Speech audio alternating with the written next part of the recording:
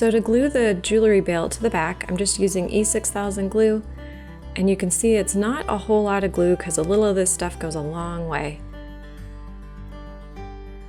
And then taking the pendant, I'm just visually lining it up before I actually stick it.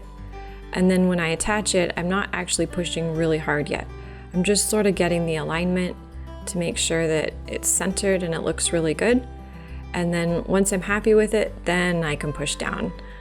And then always, every time you push down, check the front, make sure it hasn't shifted and it's not crooked. And if there's a little glue on the back like you see here, you can just clean it up with toothpicks. And that way it just looks a little more professional. And that is looking pretty good.